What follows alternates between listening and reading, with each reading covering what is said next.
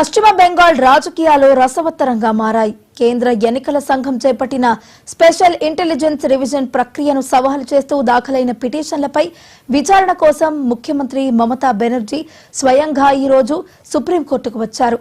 2026 assembly ఎన్నికల వేళ logical discrepancy పేరుతో కోట్లాది మంది ఓటర్లకు నోటీసులు ఇవ్వడం, లక్షలాది మంది పేర్లను జాబితా నుంచి తొలగించడం వెనుక రాజకీయ కుట్ర ఉందని ఆమె ఆరోపిస్తున్నారు.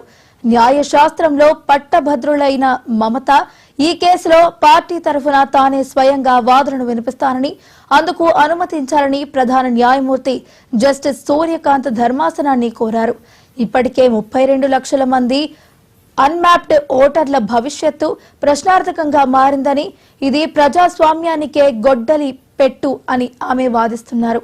ఈ విచారణలో సుప్రీంకోర్టు ఇచ్చే తీర్పు బెంగాల్ ఎన్నికల భవిష్యత్తును నిర్ణయించనుంది.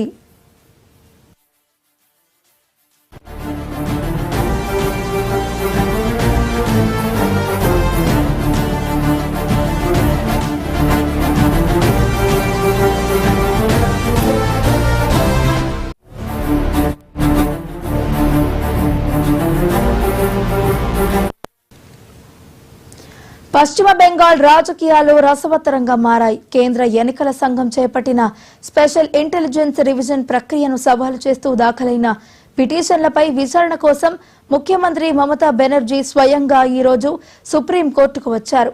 2026 అసెంబ్లీ ఎన్నికల వేళ లాజికల్ డిస్క్రిపెన్సీ పేరుతో కోట్లాది మంది ఓటర్లకు నోటీసులు ఇవ్వడం, లక్షలాది మంది పేర్లను జాబితా నుంచి తొలగించడం వెనుక రాజకీయ కుట్ర ఉందని ఆమె ఆరోపిస్తున్నారు. న్యాయశాస్త్రంలో పట్టభద్రులైన మమత ఈ కేసులో పార్టీ తరఫున తానే స్వయంగా వాదనను వినిపిస్తానని, అందుకు అనుమతించాలని ప్రధాన న్యాయమూర్తి జస్టిస్ సూర్యకాంత్ ధర్మాసనాన్ని కోరారు. ఇప్పటికే 32 లక్షల మంది అన్మ్యాప్డ్ ఓటర్ల భవిష్యత్తు ప్రశ్నార్థకంగా మారింది. ఇది ప్రజాస్వామ్యానికే గొడ్డలి పెట్టు అని ఆమె వాదిస్తున్నారు. ఈ విచారణలో సుప్రీంకోర్టు ఇచ్చే తీర్పు బెంగాల్ ఎన్నికల భవిష్యత్తును నిర్ణయించనుంది.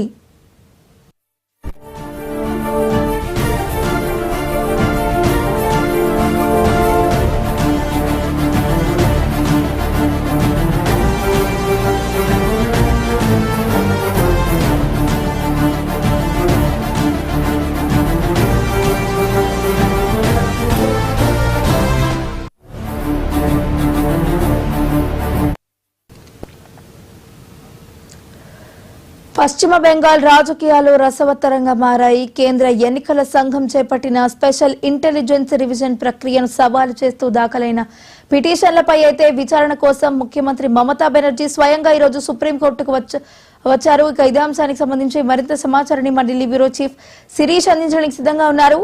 శిరీష్, వైష్ణవి, దేశవ్యాప్తంగా కూడా కేంద్ర ఎన్నికల సంఘం వివిధ రాష్ట్రాల్లో కూడా సమగ్ర ఓటర్ల జాబితా సవరణ అనేది కూడా చేపట్టింది. అంటే ఓటర్ల జాబితాను పూర్తి స్థాయిలో సవరించాలి, ఫేక్ ఓట్లన్నీ కూడా తొలగించాలి, అర్హులైన వాళ్ళకు మాత్రమే ఉంచి అనర్హుల ఓట్లను తొలగించాలని చెప్పేసి కూడా ఒక డ్రైవ్ అనేది కూడా చేపడుతుంది. సో ఈ నేపథ్యంలో పశ్చిమ బెంగాల్లో ఓటర్ల జాబితాపై చేపట్టిన స్పెషల్ ఇంటెన్సివ్ రివిజన్ అనేది ఈ అంశంలో భారీగా ఓటర్ల జాబితా నుంచి తొలగించే ప్రమాదం అనేది కూడా ఉందని చెప్పేసి ఆ రాష్ట్రానికి సంబంధించిన ముఖ్యమంత్రి మమతా బెనర్జీ సుప్రీంకోర్టును ఆశ్రయించారు. ఈ మేరకు సుప్రీంకోర్టులో ఆమె అత్యవసర మధ్యంతర పిటిషన్ అనేది కూడా దాఖలు చేయడం జరిగింది. సో పశ్చిమ బెంగాల్లో ఈ సంవత్సరం ఎలక్షన్స్ అనేవి కూడా జరగబోతున్న నేపథ్యంలో ఎన్నికల కంటే ముందే ఎస్ఐఆర్ ప్రక్రియ అనేది కూడా కొనసాగుతుంది. ఈ సమయంలో లక్షలాది మంది నిజమైన ఓటర్లు తమ యొక్క ఓటు హక్కును కోల్పోయే పరిస్థితి అనేది కూడా ఉందని చెప్పేసి ఆమె పిటిషన్లో పేర్కొన్నారు.